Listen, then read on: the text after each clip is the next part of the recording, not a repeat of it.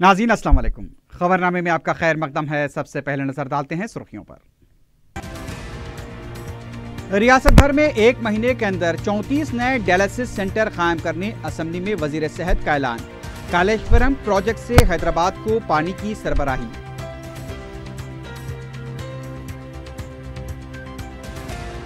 अच्छी बारिश के बावजूद तरकारियों की बढ़ती हुई कीमतों पर अकबर ओवैसी का इजहार तशवीश।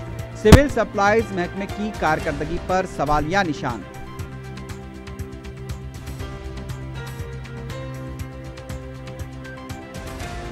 तहरीक के इल्तिवा पर मुबाहस के लिए कांग्रेस मुसिर। एक बार फिर असेंबली से वॉकआउट। कांग्रेस के तर्ज अमल पर मजलिस की तनकीद।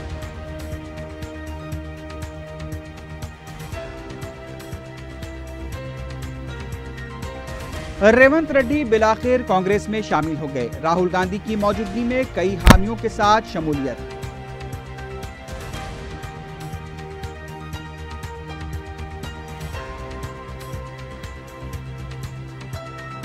और शहर में डाकाजनी की वारदातों में मुलव्विस 4 अफराद गिरफ्तार। चाकू की नोक पर सुनसान इलाकों में लूटमार बचाए जाने का इंकशाफ।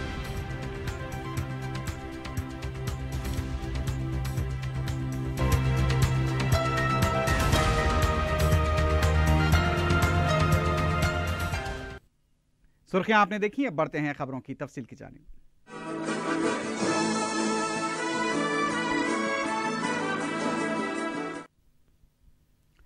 वजीर सेहत के लक्ष्मण रेड्डी ने ऐलान किया है कि एक महीने के अंदर रियासत में 34 नए डायलिसिस सेंटर्स कायम किए जाएंगे। असेंबली में वक्फे सवालात के दौरान एरिया और डिस्ट्रिक्ट हॉस्पिटल में डायलिसिस और आईसीयू सेंटर्स पर उठाए गए सवाल पर मजलिस के रुकन असेंबली जाफर हुसैन मेराज ने बारकस, कारवान, नामपल्ली और दीगर हलकों में डायलिसिस सेंटर कायम करने का मुतालबा किया।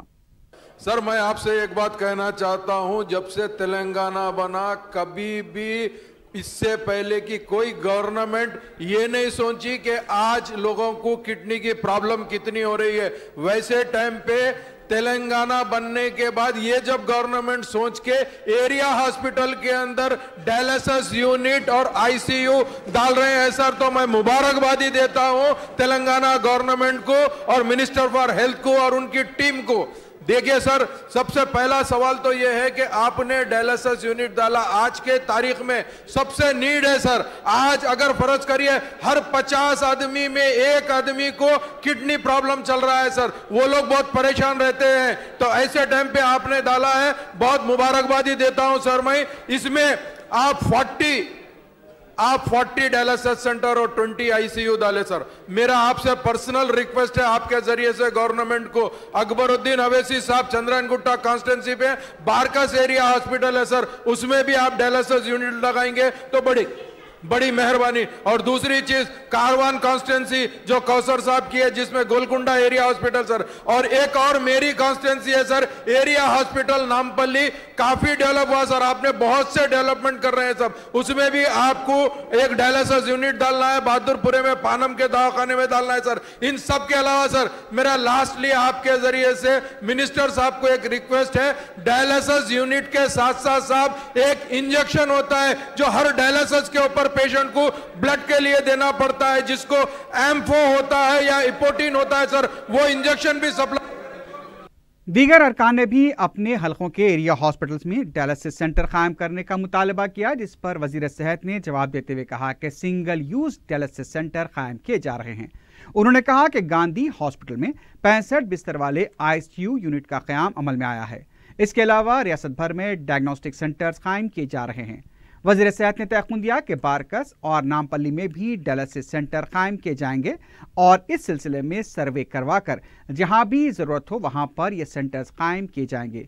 लक्ष्मण रेड्डी ने कहा कि गुर्दे नाकारा होने से पहले उनके इलाज पर तवज्जो देने की ज़रूरत है। वज़ीर दाखिला नानी नरसिम्हा रेड्डी ने कहा कि 31 दिसंबर 2018 तक कमांड कंट्रोल सेंटर मुकम्मल हो जाएगा। वक्फे सवालात के दौरान उठाए गए सवाल का जवाब देते हुए नरसिम्हा रेड्डी ने कहा कि ये कमांड कंट्रोल सेंटर 350 करोड़ रुपए की लागत से तामीर किया जा रहा है। 24 मंजिला इस इमारत की छत के ऊपर हेलीकॉप्टर उतरने की सहूलत रहेगी। इस कमांड कंट्रोल सेंटर के जरिए रियासत पर नजर रखते हुए लॉ एंड ऑर्डर पर काबू पाया जाएगा। किसी भी वाक़े का 1 मिनट में पता चल जाएगा। तमाम अजला के कमांड कंट्रोल इससे मजबूत किए जाएंगे। ये कंट्रोल सेंटर दीगर महकमेजात के लिए भी माविन साबित होगा। एक और सवाल का जवाब देते हुए वजीर आबपाशी हरीश राव ने बताया कि गोदावरी नदी पर कालेश्वरम प्रोजेक्ट के तहत तामीर किए जाने वाले 3 बैरेजेस से 18,25,000 एकड़ अराजी को सैराब किया जाएगा। हरीश राव ने कहा कि कालेश्वरम प्रोजेक्ट से मिशन भगीरथ के तहत हैदराबाद और सिकंदराबाद को पीने के पानी और सनती शोबे को भी इस प्रोजेक्ट के तहत पानी फराहम किया जाएगा।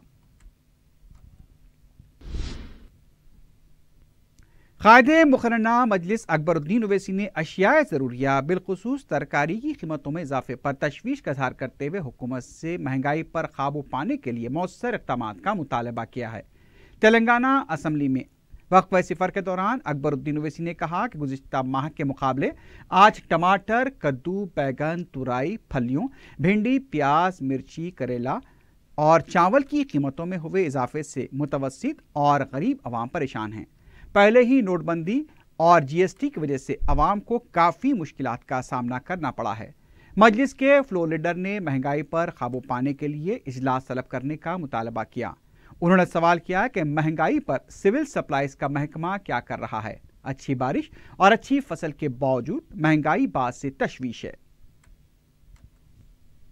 ये बहुत अहम मसला है और इसकी वजह से सारे लोग परेशान हैं और ये मसला है महंगाई के बारे में। साहब, आज हम देखते हैं कि ज़रूरी अशिया की कीमतें, जिसमें तरकारी होने दीजिए, चावल होने दीजिए, प्याज होने दीजिए या कुछ भी होने दीजिए, बाजार को जाते हैं तो इतनी महंगाई बढ़ते जा रही है कि एक मिडिल क्लास का इंसान या फैमिली या फिर लोअर मिडिल क्लास या लोअर क्लास का जीना मुश्किल हो गया है।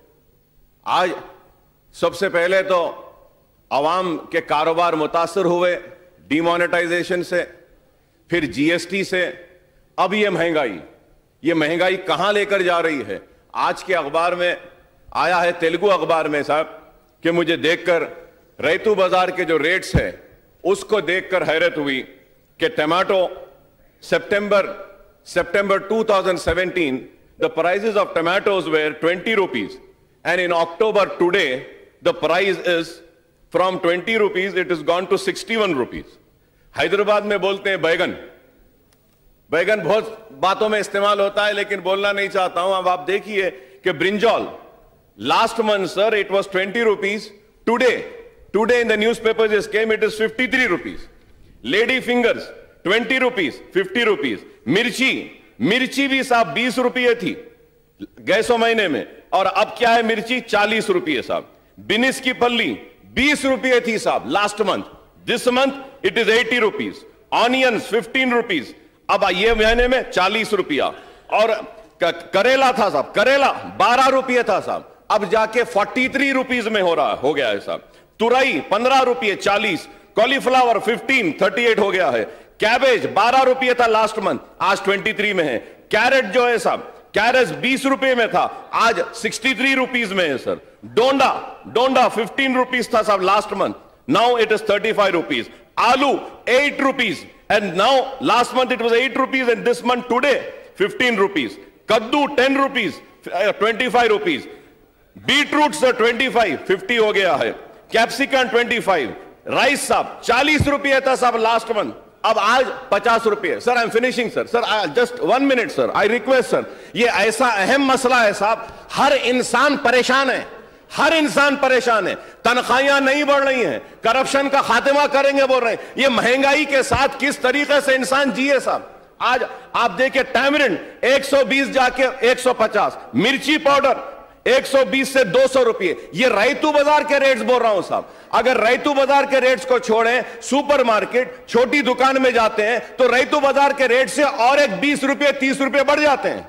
ये इतना अहम मसला है। सिविल सप्लाईज डिपार्टमेंट क्या कर रहा है? बारिश अच्छी हो रही है, तालाब भर चुके हैं, फसल बहुत अच्छी हो रही है, महंगाई बढ़ते जा रही है, तो इसकी जिम्मेदार कौन है साहब? हुकूमत को चाहिए कि, याद रखिए, हुकूमत को चाहिए कि इस मसले पर एक मीटिंग बुलाएं और देखें, प्राइस को कंट्रोल करें। किस तरीके से गरीब परेशान है, हिंदू परेशान है, मुसलमान परेशान है, सिख परेशान है, ईसाई परेशान है। पहले परेशान था डिमोनेटाइजेशन से, बाद में परेशान हुआ जीएसटी से, अब परेशान है इस महंगाई से। तो मैं आपके जरिए हुकूमत से दरखास्त करूंगा कि महंगाई को कम करने की कोशिश करें, महंगाई को नीचे लाएं और गरीब को जीने के लिए किस तरीके से रास्ता हो सकता है वो मुहैया करें तो बेहतर होगा। शुक्रिया।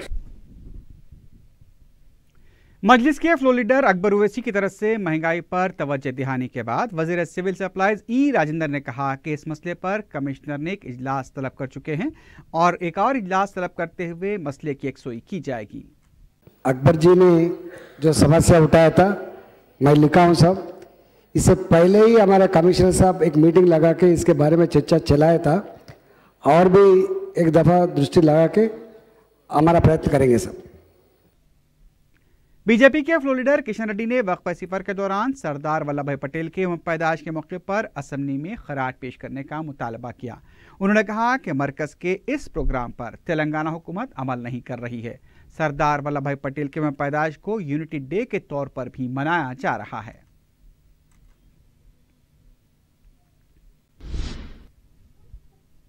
वजीर आबकारी पद्मा राव ने कहा है कि रियासत से 98% गुड़म्बे का खात्मा किया जा चुका है। ऐवान असेंबली में मुख्तसर मुबाहस में जवाब देते हुए उन्होंने कहा कि देहातों में 97% और शहरी इलाकों में 98% गुड़म्बे का खात्मा हो चुका है।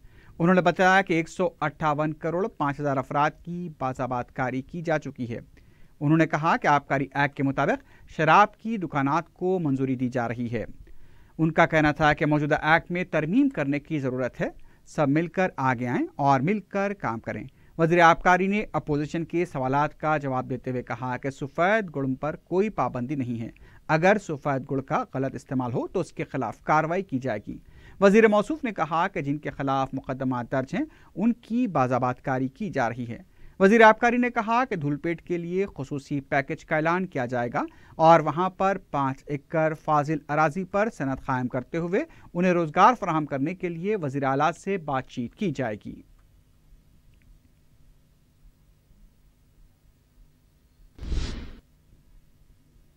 मंगल के दिन भी ऐवान असेंबली में कांग्रेस पार्टी ने तहरीक इल्तिवा के मसले पर वॉकआउट किया।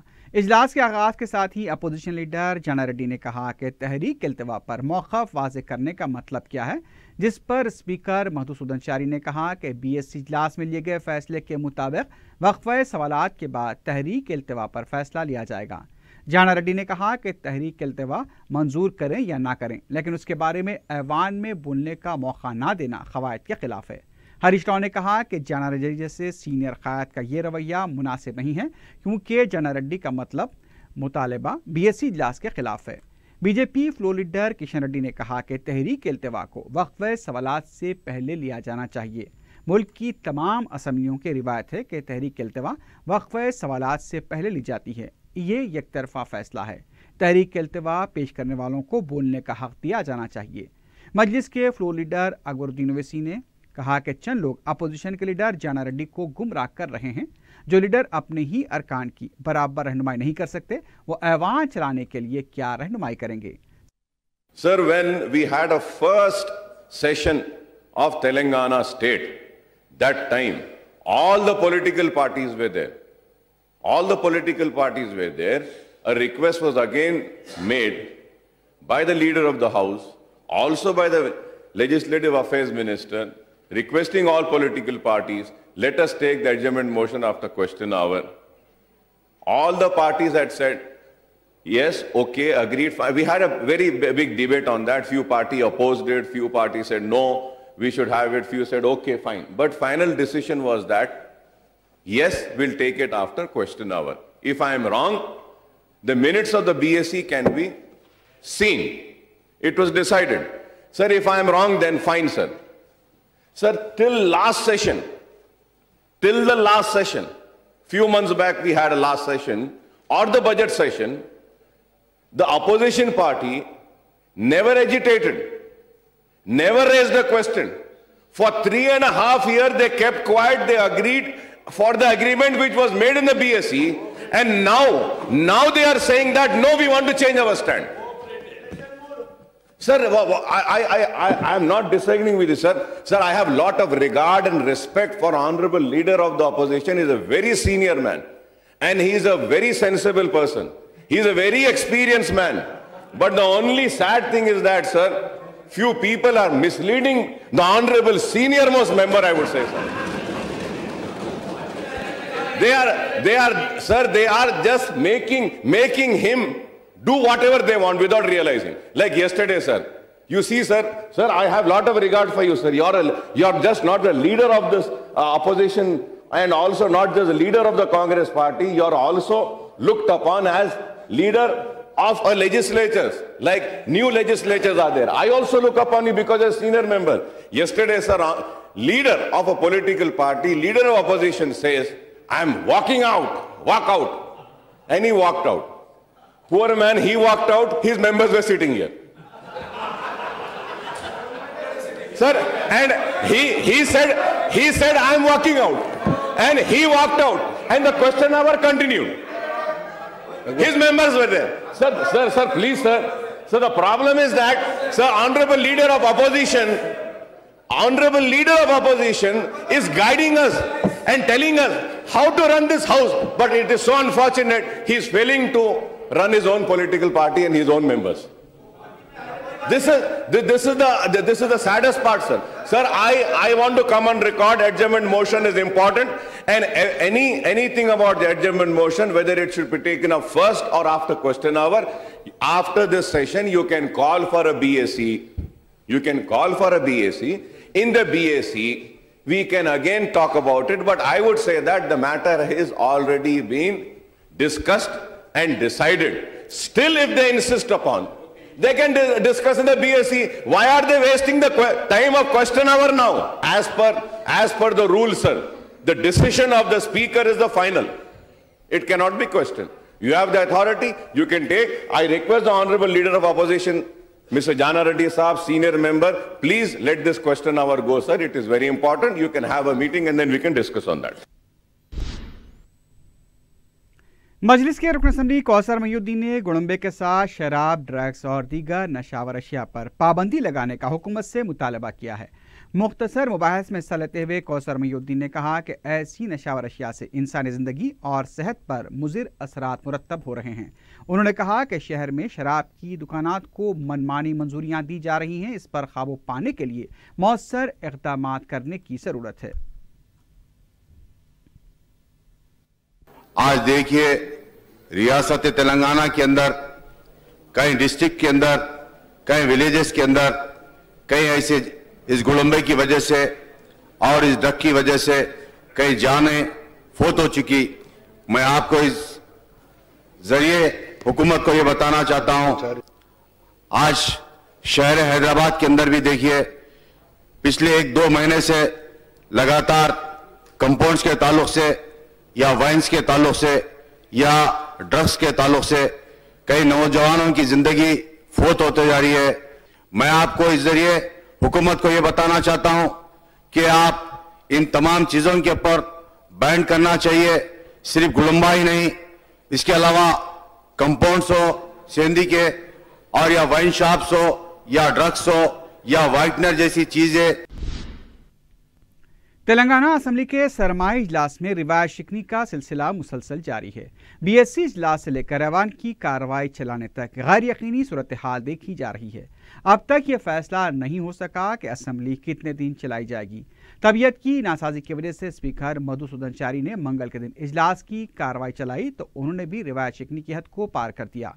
मंगल के दिन गुड़म्बे पर मुख्तसर मुबाहस के दौरान वजीर का जवाब देने के बाद मधुसूदन चारी ने इजलास को मुलतवी करने का ऐलान कर दिया, लेकिन बीजेपी कायदीन के इसरार पर चंद ही सेकंड में फिर से इजलास की कार्रवाई चलाई।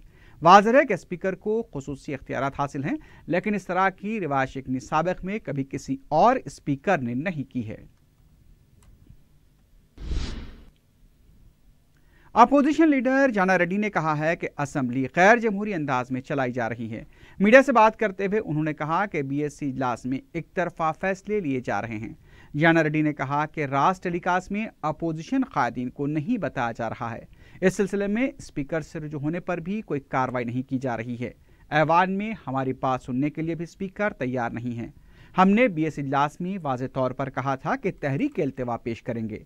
उन्होंने बताया कि तमिलनाडु में जयललिता के साथ भी इसी तरह किया गया था। जयललिता अवाम के दरमियान चली गईं और अवाम ने उन्हें इख्तियार सौंपा। उन्होंने कहा कि एमआईएम और बीजेपी के फ्लो लीडर्स गवाह हैं कि हमने वक्फा सवालात के बाद तहरीक इल्तिवा पेश करने को कबूल नहीं किया था।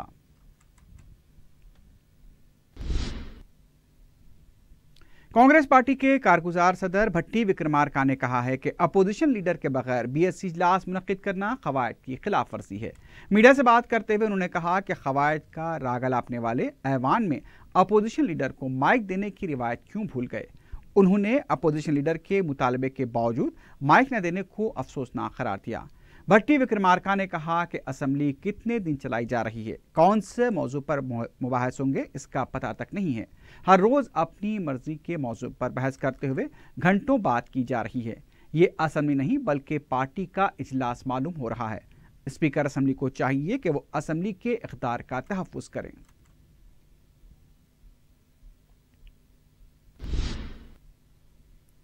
तेलुगुदेशम के साबिक लीडर रेवंत रेड्डी ने बिलाखिर दिल्ली में कांग्रेस के नायब सदर राहुल गांधी की मौजूदगी में कांग्रेस में शमूलियत इख्तियार कर ली है। रेवंत रेड्डी ने तेलुगुदेशम और टीआरएस से ताल्लुक़ रखने वाले अपने कई हामियों के साथ शमूलियत इख्तियार की। इस मौके पर तेलंगाना कांग्रेस के सदर उत्तम कुमार रेड्डी, रियासत में कांग्रेस पार्टी मूर के इंचार्ज कुंतिया के अलावा दूसरे कायदीन भी मौजूद थे। बाद में मीडिया से बात करते हुए उत्तम कुमार रेड्डी ने बताया कि तेलुगुदेशम के साबिक वज़रा, साबिक अरकान मुकर्रना ज़िले सुदूर ने भी कांग्रेस में शमूलियत इख्तियार की है। उन्होंने बताया कि तेलुगुदेशम के अलावा टीआरएस और उस्मानिया यूनिवर्सिटी तलबा जैसी के कायदीन ने भी कांग्रेस में शमूलियत इख्तियार की है। उत्तम कुमार रेड्डी ने कहा कि राहुल गांधी ने तमाम कायदीन का खैर मकदम करते हुए कहा कि कांग्रेस के उसूलों पर चलते हुए काम करने वाले कांग्रेस खानदान का हिस्सा हैं। बाद में कुलहीन कांग्रेस कमेटी के दफ्तर में रेवंत रेड्डी ने खिताब करते हुए कहा कि उनकी कांग्रेस में शमूलियत को पार्टी बदलने के मुमासिल न समझा जाए। उन्होंने कहा कि तेलंगाना रियासत 60 साल की जद्दोजहद और 1500 लोगों की कुर्बानियों के बाद हासिल हुई है। उनका कहना था कि सोनिया गांधी ने नौजवानों की कुर्बानियां देखकर ही तेलंगाना रियासत दी थी, जबकि उन्हें पता था कि उन्हें आंध्रा में सियासी नुकसान होगा। गुज़िश्ता 3 साल से सिर्फ एक ही खानदान तेलंगाना में तरक्की कर रहा है और तेलंगाना के अवाम तेलंगाना की तश्कील के बाद तरक्की के सिर्फ ख्वाब देख रहे हैं। तेलंगाना में किसान, तलबा, मुलाजमीन हर कोई परेशान हैं। उन्होंने कहा कि वो केसीआर की खानदानी सियासत से तेलंगाना को छुटकारा दिलाने के लिए जिद्दोजहद करेंगे और सोनिया गांधी की क़ियादत में काम करेंगे। वजीर पंचायत राज जोपल्ली कृष्णा राव ने कहा है कि रेवंत की तशहीर चाय की प्याली में तूफान के बराबर है। मीडिया से बात करते हुए उन्होंने कहा कि सोनिया गांधी को बलि लेने वाली देवी कहने वाले रेवंत रेड्डी अब उनकी पार्टी में शामिल हुए हैं। मुत्तहदा आंध्रा में तेलंगाना आंध्रा वालों के शिकंजे में था। उस वक्त उन्होंने तेलंगाना के हक में क्यों आवाज़ नहीं उठाई। अगर केसीआर इन 3 सालों में कुछ नहीं करते तो ज़िमनी इंतखाबात में टीआरएस कैसे कामयाब होती। कृष्णा राव ने कहा कि असल में रेवंत रेड्डी के पास कोई दूसरा रास्ता था ही नहीं, इसलिए उन्होंने कांग्रेस में शमूलियत इख्तियार की है। उनकी मौजूदगी में तेलुगुदेशम की जो हालत हुई है वही हाल कांग्रेस का होने वाला है। जे कृष्णा राव ने कहा कि अगर कोड़ंगल के ज़िमनी इंतखाबात हुए तो वही नतायज सामने आएंगे जो अब तक आ रहे हैं।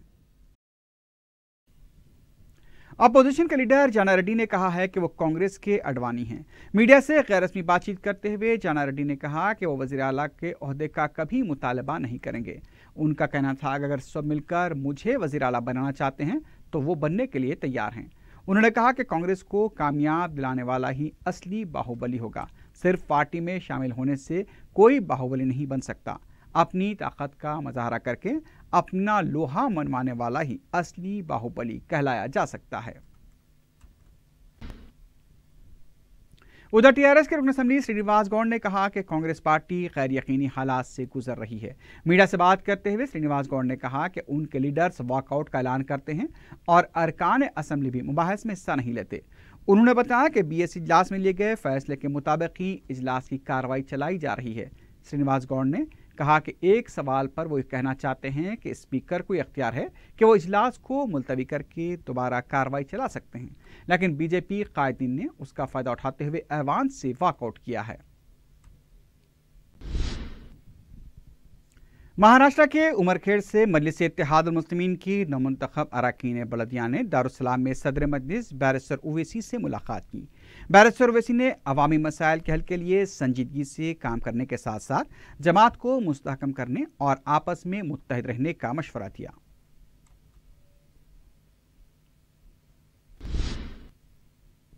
हल्का असेंबली नामपल्ली के वार्ड नंबर 48 के नौमुंतखब इब्तदाई सदर अहमदुद्दीन और उनके साथियों को सदर मजलिस बैरिस्टर ओवैसी ने सदाकतनामे हवाले किए और अवामी राब्ते के जरिए मसाइल हल करवाने की हिदायत दी।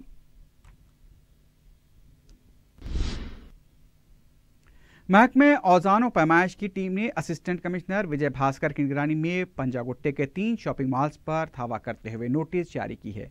मज़कूरा शॉपिंग मॉल्स में मुख्तलिफ कोल्ड ड्रिंक्स को 200 रुपये में फ़रोख्त किया जा रहा था, जिसकी कीमत सिर्फ 45 से 40 रुपये के दरमियान है। अलावाजी मज़कूरा टीम ने एक पॉपकॉर्न के सेंटर पर धावा किया, जहां 20 रुपये के पॉपकॉर्न को 200 रुपये में फ़रोख्त किया जा रहा था। मज़कूरा टीम ने दोनों सेंटर से बिलिंग मशीन, पॉपकॉर्न तैयार करने की मशीनों के अलावा दूसरी अशिया भी जब्त कर ली हैं।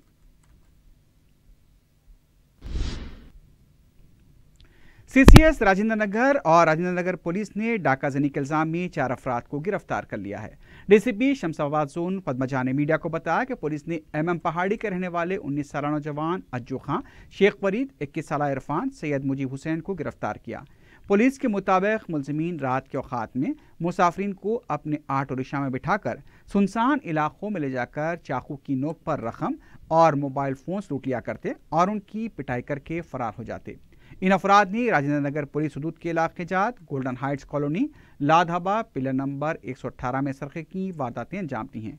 पुलिस ने गिरफ्तार शुदा अफराद के कब्जे से 11 मोबाइल फोन्स, 2 चाकुओं के अलावा 1 ऑटो रिक्शा बरामद करके उन्हें अदालती तहवील में दे दिया। एक और कार्रवाई में राजेंद्र नगर पुलिस ने डाकाजनी के इल्जाम में एक शख्स को गिरफ्तार किया है। डीसीपी ने मीडिया को बताया कि पुलिस ने मोहम्मद मुबीन को गिरफ्तार किया। पुलिस के मुताबिक मुलजिम एक आदि सारिक और मुजरिम है।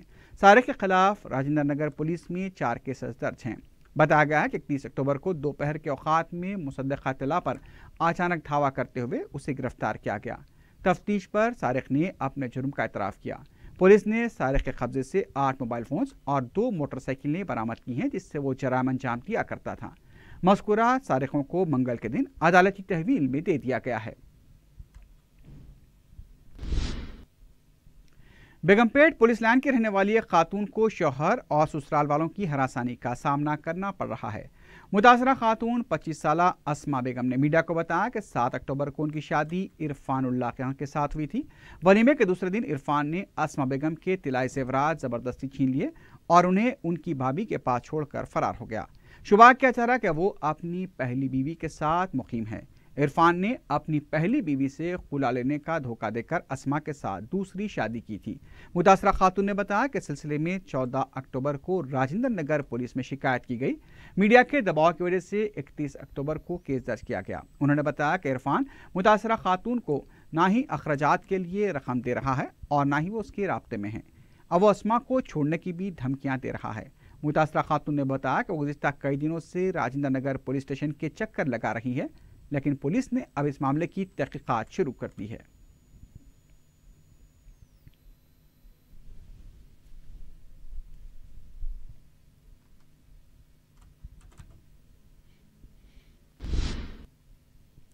आखिर में सुर्खियों पर एक बार फिर नजर डालते हैं। रियासत भर में 1 महीने के अंदर 34 नए डायलिसिस सेंटर कायम करने असेंबली में वजीर सेहत का ऐलान। कालेश्वरम प्रोजेक्ट से हैदराबाद को पानी की सरबराही।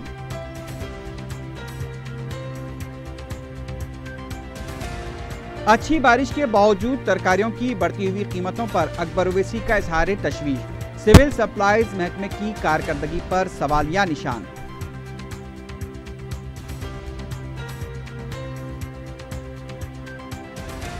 तहरीक के अल्तवा पर मुबाहस के लिए कांग्रेस मुसिर। एक बार फिर असेंबली से वॉकआउट। कांग्रेस के तर्ज अमल पर मजलिस की तनकीद।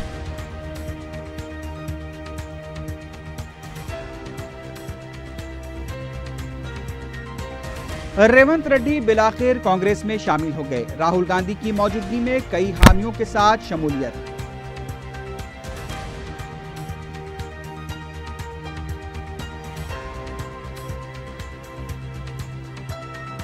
और शहर में डाकाजनी की वारदातों में मुलव्विस 4 अफराद गिरफ्तार। चाकू की नोक पर सुनसान इलाकों में लूटमार, बचाए जाने का इंकशाफ।